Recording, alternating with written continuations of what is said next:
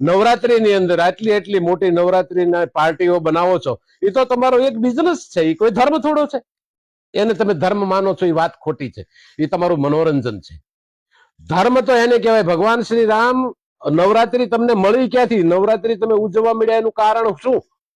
આખો ચેન્જ કરી નાખ્યું. જે વાતાવરણ હતું એને તમે બદલી નાખ્યું. એમ નો બદલાય ક્યારેય. રાવણની સાથે ભગવાન જયારે યુદ્ધ કરતા, રામચરિત માનસનો પ્રસંગ તમે લેજો.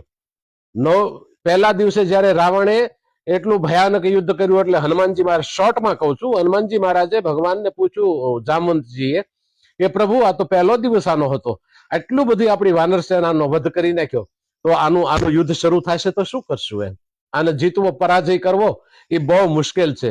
તો કે હા, મને પણ ખબર છે, ભગવાને એવું કીધું.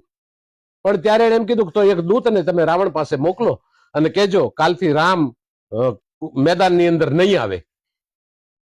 જ્યારે તમને આદેશ આપવામાં આવે ત્યારે જ તમારે યુદ્ધ મેદાનમાં આવવાનું જરૂરી રહેશે.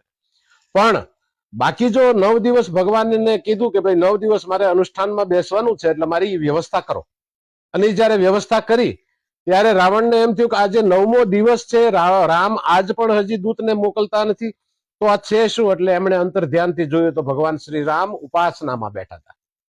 અને 9મા દિવસે રાવણને ખબર પડી કે આ ઉપાસના જો આની પૂરી થશે ને તો આને રામને મારે પરાજય કરવા અશક્ય છે. એટલે એમણે છળ કપટથી રોજ એક માતાજીને ઉપાસના દરમિયાન રોજ એક કમળ માતાજીને અર્પણ કરવાનું હતું.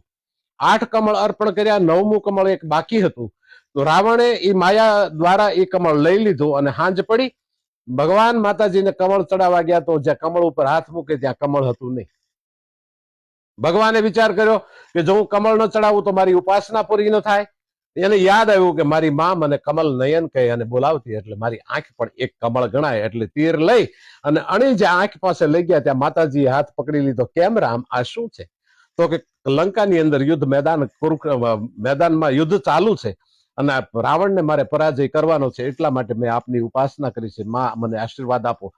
તો કે રામ, તમારું અનુષ્ઠાન પૂરું, હું પ્રસન્ન છું અને આવતીકાલે યુદ્ધમાં હું પોતે જ લડીશ, તમારે નથી લડવાનું, તમે તો માત્ર નિમિત્ત હશો. અને એ વખતે માતાજી લડતા હતા અને એ જે શક્તિનું અમોઘ બાણ હતા એ રાવણ પણ સહન ન કરી શકે, એની સેના પણ સહન ન કરી શકે. આને નવરાત્રી કહેવાય. નવરાત્રી એક ઉપાસનાનું કેન્દ્ર છે. 9મો દિવસ એ એટલા માટે હતો, દશેરાના દિવસે રાવણનો વધ કરવામાં આવ્યો, પણ એ શક્તિએ વધ કર્યો હતો. આને નવરાત્રી કહેવાય. નવરાત્રી એક ઉપાસનાનું કેન્દ્ર છે.